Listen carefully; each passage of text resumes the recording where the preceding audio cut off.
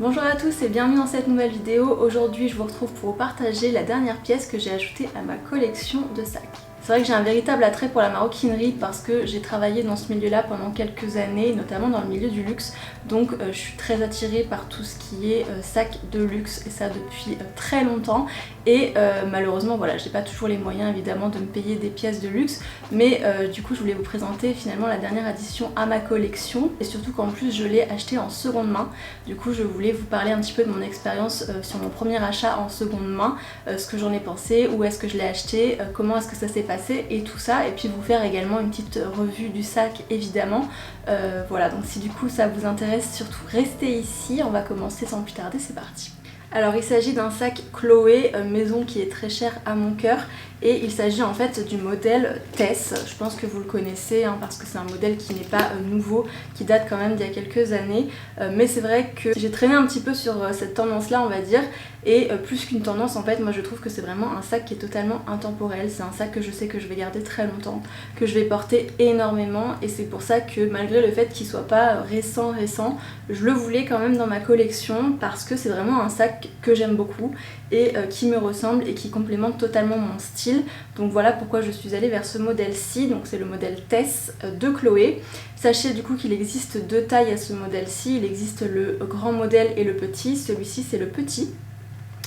Que je trouve en fait qui a une taille absolument parfaite. C'est vrai que le grand je le trouve trop grand pour le coup et qui vient un petit peu tasser la silhouette, donc moi je voulais vraiment le modèle petit, et en fait je voulais absolument cette couleur-ci qui est la couleur qui s'appelle noisette ou nut, c'est je crois le terme exact, et c'est un café en fait, c'est vraiment une couleur café au lait que j'adore, qui est absolument en fait la couleur que je voulais aucune autre couleur. C'est pour ça que ça a été si compliqué et si long pour moi de le trouver, parce que c'est un sac que je cherche sur les plateformes de seconde main depuis plus d'un an.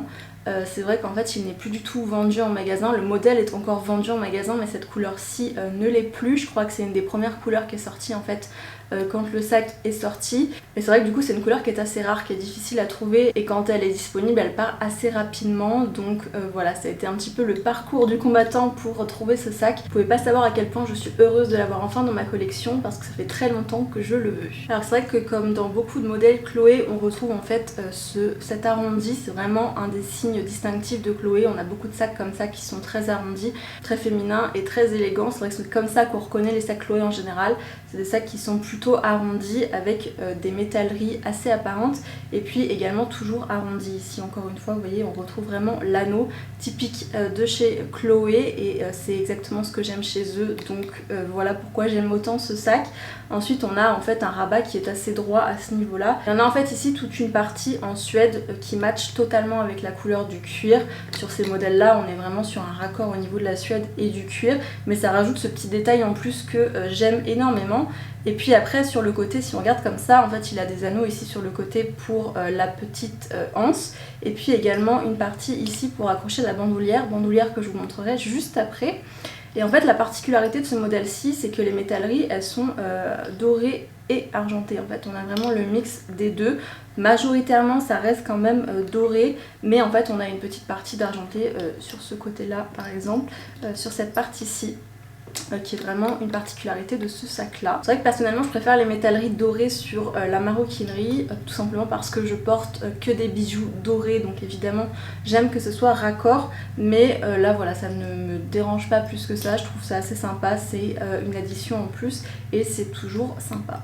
On a également toute une bande de cuir à ce niveau-ci qui fait en fait tout le tour du sac par le dessous, ce qui rajoute un petit détail au niveau du côté que j'aime bien aussi. Et au niveau de l'intérieur du coup ça s'ouvre comme ceci avec un petit magnète, hop, et on a en fait une petite poche ici à l'avant. On a en fait voilà une petite poche ici à l'avant, et puis après on a la grande poche à ce niveau-là, et on a à nouveau une toute petite poche ici à l'intérieur pour mettre une petite carte par exemple. Au niveau de l'espace, franchement moi je le trouve parfait. C'est le genre de sac où on peut mettre tous ses essentiels pour la journée sans problème, mais sans se charger, parce que c'est vrai que moi plus mon sac est grand et plus j'en mets dedans et plus il est lourd et moins je le supporte dans la journée. Donc je trouve que ce modèle là et cet espace là finalement c'est totalement parfait pour une journée classique.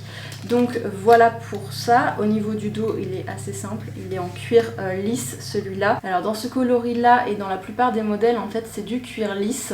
Donc le cuir lisse c'est très joli, c'est ce que je préfère personnellement, mais c'est aussi ce qu'il y a de plus fragile, donc il faut faire très attention avec ce genre de cuir, ça se griffe très facilement, donc attention avec les ongles, attention avec les murs, etc. quand on le porte, à bien le protéger et à pas le frotter sans faire exprès contre les murs, parce que ça c'est la griffure assurée et ça ne part pas. Une fois qu'on est griffé, c'est fini. Je sais qu'il existe aussi dans un cuir embossé façon croco. Donc en fait c'est pas du vrai croco évidemment, c'est du cuir qui a été embossé croco et qui du coup est un petit peu moins fragile. Donc voilà, si vous avez peur du cuir lisse, sachez qu'il existe quand même dans d'autres cuirs, donc que ce soit pas totalement un frein pour vous. Comme je vous le disais, il a également une longue bandoulière comme ça. La particularité de cette bandoulière en fait c'est qu'elle est réglable, donc en fait elle a des petits clous ici à l'avant et on peut totalement, vous voyez, desserrer à ce niveau là et on peut du coup déplacer les clous en fonction de la longueur de la bandoulière qu'on souhaite. Personnellement je le laisserai comme ça parce que je trouve que la longueur elle est absolument parfaite. Et donc aux extrémités on a deux petits mousquetons comme ça qui sont dorés et qu'on vient en fait attacher du coup sur les côtés de notre sac. Donc hop, dans les petits crochets qui sont sur les côtés, ce qui donne du coup ceci. En fait on peut totalement porter les deux bandoulières en même temps. On peut aussi enlever la petite anse si on veut porter que la bandoulière. C'est vrai que c'est vraiment ce que j'aime aussi dans son sac, c'est qu'il est vraiment versatile, on peut le porter de plein de façons différentes. On peut le porter du coup voilà comme ça sur l'épaule ou en travers. On peut également le porter avec la anse et puis la bandoulière qui pend comme ça. On peut aussi enlever totalement cette partie là et le porter qu'avec la bandoulière, ou alors comme je le portais au début, l'inverse, et donc pouvoir le porter en fait comme ça sur l'épaule. Je vous montrerai de toute façon des petites images du sac porté pour que vous ayez quand même une petite idée. Voilà pour ce modèle. Je voulais quand même vous prévenir de quelque chose. Je le savais personnellement parce que c'est un sac que j'ai déjà essayé en boutique, donc je le savais, mais les métalleries en fait font beaucoup de bruit. Quand on secoue un peu le sac comme ça, on entend vraiment les métalleries. C'est un sac qui n'est pas très discret, mais pour autant, moi je trouve qu'il est de toute façon de très bonne qualité. Chloé, honnêtement, c'est une de mes maisons préférées. C'est pas du tout mon premier, c'est en fait mon troisième, et c'est des sacs, les autres je les ai depuis 2016. Donc c'est vraiment des sacs qui tiennent très très bien, qui sont de très belle qualité à partir du moment où, comme toute chose, on en prend évidemment très soin. Mais moi c'est personnellement une maison que j'adore et qu'on oublie parfois. C'est vrai qu'on pense souvent aux grandes maisons, mais Chloé est également une très belle maison et à des prix un petit peu plus bas. Donc voilà, pensez quand même à cette maison-ci qui fait de très très belles choses. Du coup pour la deuxième partie de cette vidéo, je voulais vous parler un petit peu de mon expérience sur l'achat de seconde main, où est-ce que je l'ai trouvé, à quel prix, etc. Donc comme je vous le disais, c'est un sac que je cherche depuis plus d'un an. La chose importante à retenir avec la seconde main, c'est qu'il faut être absolument patient. Parce que le sac, surtout si vous avez en fait un modèle en particulier et comme moi une couleur en particulier en tête, ça peut être très long et puis il faut faire attention, il faut prendre son temps, etc. Donc le conseil numéro 1 que je pourrais vous donner, c'est vraiment la patience. Au niveau des plateformes, personnellement j'ai regardé sur deux plateformes, principalement donc sur Vestiaire Collective et puis également sur Vinted. C'est vrai que sur Vinted on trouve absolument de tout, on trouve du Primark comme du Dior, donc vraiment il y a un petit peu de tout, alors que Vestiaire Collective c'est vraiment que du luxe ou alors que du haut de gamme.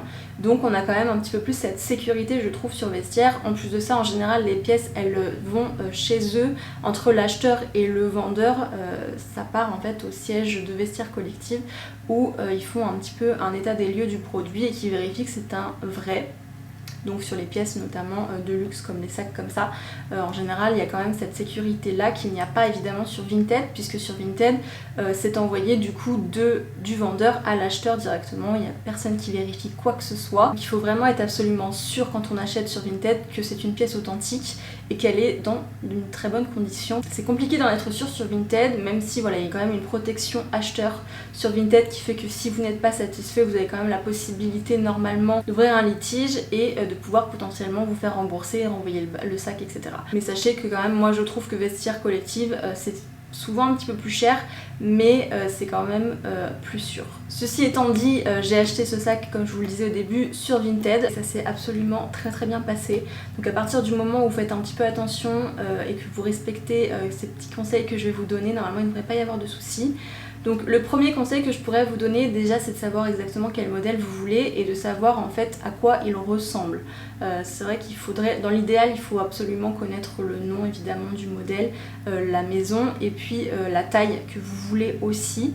Le mieux en fait, si c'est un sac qui existe encore, c'est d'aller en magasin, d'aller aux Galeries Lafayette, d'aller au Printemps ou d'aller même dans la boutique en elle-même et d'aller essayer le sac par vous-même pour que vous puissiez voir en fait ce qu'il donne sur vous et en fonction surtout s'il y a des tailles différentes, voir comment le sac tombe, quelle taille vous préférez, quelle taille est-ce que vous voulez acheter. À partir de là, vous notez voilà, le nom, le modèle, la couleur, si vous avez une couleur en tête, notez la couleur exacte que vous souhaitez et puis la taille du modèle également. Et une fois que vous avez toutes ces informations, déjà vous avez un bon départ. Ensuite, ce que je vous conseille vraiment, c'est de connaître le sac par cœur, c'est-à-dire que des fois c'est un petit peu difficile de voir un faux d'un vrai, mais quand même quand on connaît bien le sac, il y a des choses qui ne trompent pas. Mon conseil, c'est vraiment de bien connaître le modèle. Si vous avez un doute, vous pouvez toujours voilà, taper le nom de votre modèle sur Google, vous aurez une image en fait du modèle en question et vous pouvez toujours comparer en fait par rapport aux photos qui sont sur l'annonce. C'est un bon moyen aussi de savoir si c'est un vrai ou pas. Après, toujours sur l'authenticité, je vous conseille fortement, et c'est même pas un conseil, c'est obligatoire quand vous achetez un sac ou n'importe quoi de seconde main, de demander à la personne et à l'acheteur soit une facture donc de son achat, soit certaines maisons, et la plupart des maisons même, font des cartes d'authenticité comme ça. Donc, soit en général, il y a toujours avec un achat de ce type-là une carte d'authentification, donc qui se présente par exemple chez Chloé comme ça, c'est un petit carnet avec une petite carte à l'intérieur. C'est comme ça en général dans beaucoup de maisons. Donc c'est hyper important quand vous achetez un sac ou un accessoire ou n'importe quoi de seconde main qu'il y ait toujours soit la facture, soit la carte d'authentification, soit l'étiquette. Si c'est un vêtement par exemple, moi je sais que je garde toujours toutes mes étiquettes au cas où je revende le vêtement, mais au niveau des sacs, la carte d'authentification elle est vitale. Dans la même lignée que la carte d'authentification, je vous conseille vivement aussi qu'il y ait en fait le dust bag qui soit disponible et qui soit vendu avec le sac, tout simplement parce que encore une fois c'est un gage d'authenticité. Ça vous permet aussi de vivre un petit peu l'expérience du neuf sans avoir acheté votre sac neuf, puisque vous l'avez en fait dans son dust bag comme s'il était neuf. Donc le dust bag, moi je trouve que c'est vraiment un plus. Parfois c'est vrai que sur les annonces les dust bags n'y sont pas, n'hésitez pas à demander à la personne si elle l'a toujours et si vraiment elle l'a plus, voyez par vous-même est-ce que ça vous dérange ou non. Personnellement moi je sais que je veux absolument le dust bag, donc après voilà c'est à vous de voir. Autre conseil et vraiment très important que je peux vous donner, les photos. S'il n'y a pas assez de photos sur l'annonce, n'hésitez pas à en demander, c'est ce que j'ai fait personnellement, il y avait déjà beaucoup de photos sur l'annonce, mais je voulais voir en fait le sac sous toutes les coutures, j'ai même demandé en fait l'intérieur du sac, et c'est à ce moment là d'ailleurs qu'elle m'a dit qu'il y avait une tache au fond du sac, parce que sinon ça n'était pas marqué sur l'annonce. Donc voilà, essayez vraiment de demander un maximum de photos de l'intérieur, du rabat, des photos aussi du dos, des photos du dessous, du côté, etc., de la métallerie. Demandez vraiment un maximum de photos. Quand vous avez un doute, posez la question. Demandez aussi ouvertement s'il y a des griffures, s'il y a des traces d'usure sur le sac. Si la personne est honnête, elle vous le dira. Sinon, demandez-lui des photos, vraiment en bonne lumière, avec un zoom, etc. Voilà, honnêtement, il ne faut pas avoir peur, il ne faut pas hésiter. Je veux dire, si la personne elle veut vendre son sac, elle vous fera ses photos. Donc voilà, n'hésitez pas, surtout demander un maximum de photos. Ça évite en fait de recevoir le sac après et de voir des choses qui n'étaient pas montrées sur l'annonce. Donc voilà, pour moi vraiment les photos c'est hyper important pour éviter les mauvaises surprises. Ensuite, pour trouver exactement le sac qu'on recherche, comme je vous disais, quand on a déjà le modèle, quand on a la maison, quand on a la taille, la couleur, etc., ça devient un petit peu plus facile. Dans Vestiaire Collectif comme dans Vinted, on a évidemment une recherche qui est possible. Donc moi je tapais en fait Chloé Tess ou Chloé Tess Bag ou Chloé Tess Sac, etc. Soit sur Vestiaire, soit sur Vinted, de façon très régulière honnêtement, parce qu'il y a des choses qui arrivent en fait tous les jours et qui peuvent partir très vite. Alors ça part beaucoup plus vite sur Vestiaire que sur Vinted, parce qu'en général les prix plus élevés sur Vinted ils mettent plus de temps à partir. Mais c'est vrai que sur Vestiaire ça part très très vite, donc si vous voulez un modèle en particulier, faites attention de regarder vraiment régulièrement. Moi je regardais au départ franchement tous les jours, après un petit peu moins souvent, mais il faut vraiment regarder de manière très régulière parce qu'il y a des ajouts absolument quotidiens sur ces plateformes là. et surtout si vous cherchez un modèle en particulier et une couleur surtout en particulier. Au niveau de la couleur c'est pareil, quand vous cherchez une couleur absolument en particulier comme moi, je demandais en fait systématiquement si ça n'était pas spécifié dans la description quelle était la couleur exacte donnée par la maison en fait, parce que la personne peut vous dire oui c'est un taupe, camel, non. Vous voulez, vous, la couleur exacte, le nom de la couleur exacte. Encore une fois, pour éviter les mauvaises surprises, parce que sur une photo, ça peut ressembler à la couleur que vous voulez, et puis finalement, pas du tout. Donc, n'hésitez pas, encore une fois, à vraiment demander la couleur ainsi que la taille, demander les mesures, etc. pour vérifier par rapport au site internet si les mesures sont bien les mêmes, qu'on parle bien du même modèle, parce que là, des fois, les gens se trompent. Donc n'hésitez pas vraiment à demander le maximum d'informations possible, c'est très important. Surtout quand on paye cette somme d'argent, on ne peut pas se permettre de se tromper, donc il vaut mieux être sûr. Au niveau du prix maintenant, ce que je vous conseille c'est de connaître évidemment le prix en boutique déjà pour savoir en fait à quel prix le sac est vendu actuellement. Après il faut savoir qu'il y a des marques et des maisons et des modèles qui gagnent en valeur, c'est-à-dire qu'un Chanel par exemple, un Timeless de chez Chanel, vous allez le retrouver en seconde main quasiment aussi cher qu'en boutique. Malheureusement c'est le jeu, c'est comme ça. Vous avez d'autres modèles comme les Hermès par exemple qui vont se trouver encore plus chers en seconde main que en boutique. Et à l'inverse, vous avez d'autres maisons comme Chloé par exemple, où les sacs ils perdent un petit peu de leur valeur, alors ça dépend lesquels, mais en général ils perdent un petit peu de leur valeur. Donc même si le sac est neuf encore avec l'étiquette, vous ne devez pas le payer comme en boutique, ça n'est pas un prix qui est juste. Donc renseignez-vous un petit peu là-dessus, renseignez-vous sur le prix en boutique, renseignez-vous aussi, regardez en fait les annonces des sacs qui sont exactement les mêmes mais dans d'autres couleurs, etc. À combien est-ce qu'ils se sont vendus. En fait ce qui est bien avec Vestiaire Collectif, c'est on peut voir en fait les articles qui sont déjà vendus et à quel prix est-ce qu'ils se sont vendus. Donc ça permet en fait de se faire un petit peu une idée d'à combien se vend un petit peu ce sac pour que vous ne payiez pas trop cher en fait pour le sac en question. En l'occurrence, pour vous donner un exemple, ce sac là en boutique il est à 1490 € et sur les sites de revente il se vend en général entre 700 et 900-950 €. En général, après ça dépend évidemment de l'état, ça dépend aussi de la couleur. Les couleurs un petit peu plus, sachez qu'une couleur un petit peu plus difficile, vous pouvez la négocier un petit peu plus. Une couleur un peu plus basique comme ça, c'est un petit peu plus compliqué à négocier. Au niveau de l'état évidemment du sac, s'il a des défauts etc, n'hésitez pas à le spécifier au niveau de l'acheteur. Je vous conseille également d'avoir un budget, alors un budget qui soit réaliste quand même, parce que si vous espérez avoir un sac comme ceci à 300 €, vous ne le trouverez pas, donc il faut être quand même réaliste. Mais je vous conseille de vous tenir en fait à ce budget là et de ne pas le dépasser pour éviter de le regretter. Mais faites ce budget vraiment voilà, en fonction des ventes qui ont été faites, à quel prix se sont vendus les sacs, pour vous forger votre propre budget.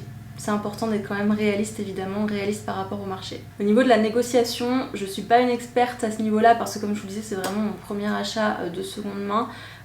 Luxe comme ça, il vaut mieux tenter et que la personne vous dise non plutôt que de ne pas tenter. C'est ce que j'ai appris sur ce coup là, c'est à dire que j'aurais voulu lui proposer un prix encore plus bas mais j'ai pas osé de peur qu'elle me dise non et de peur que le sac elle le vende à quelqu'un d'autre. Et au final quand je lui ai fait la proposition de prix que je lui ai faite, elle l'a accepté tout de suite. Donc vraiment voilà, essayez de quand même proposer un prix un petit peu plus bas si évidemment le sac n'est pas dans votre budget.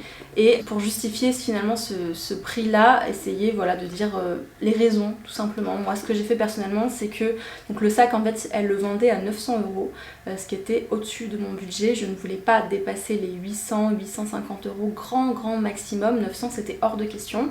Du coup je lui ai proposé 800 € en lui disant que par rapport aux marques qu'elle avait sur son sac, la tache à l'intérieur du sac, l'affaissement qui est un petit peu ici à l'avant, on voit qu'il est légèrement affaissé ici à l'avant, le cuir qui est un petit peu froissé, fripé un petit peu en dessous, ce sont des usures qui sont assez classiques honnêtement, mais vous pouvez totalement jouer dessus, surtout si la personne elle est pressée de vendre son sac, elle vous le laissera un petit peu moins cher. Donc tentez, au pire la personne vous dit non, et au mieux elle vous dit oui, et c'est ce qui s'est passé pour moi, elle l'a accepté directement à 800 €, donc je l'ai eu à 800 € et j'en suis très contente, et je regrette même de ne pas lui avoir proposé 750 pour être honnête, mais je suis très contente quand même avec ce prix-ci. Dernière petite chose aussi que je voulais vous dire par rapport à Vinted, puisque je ne connaissais pas vraiment ça, en fait j'ai déjà acheté sur Vinted mais toujours des petites pièces, des pièces qui étaient à 10-15 € maximum, et en fait vous avez toujours une protection acheteur, mais en général elle est de 1-2 €. Donc c'est vrai que je pensais qu'elle allait être de 1 ou 2 euros. Mais en fait j'ai eu une protection acheteur qui était à 40 euros. Donc j'ai payé du coup en plus évidemment du prix du sac.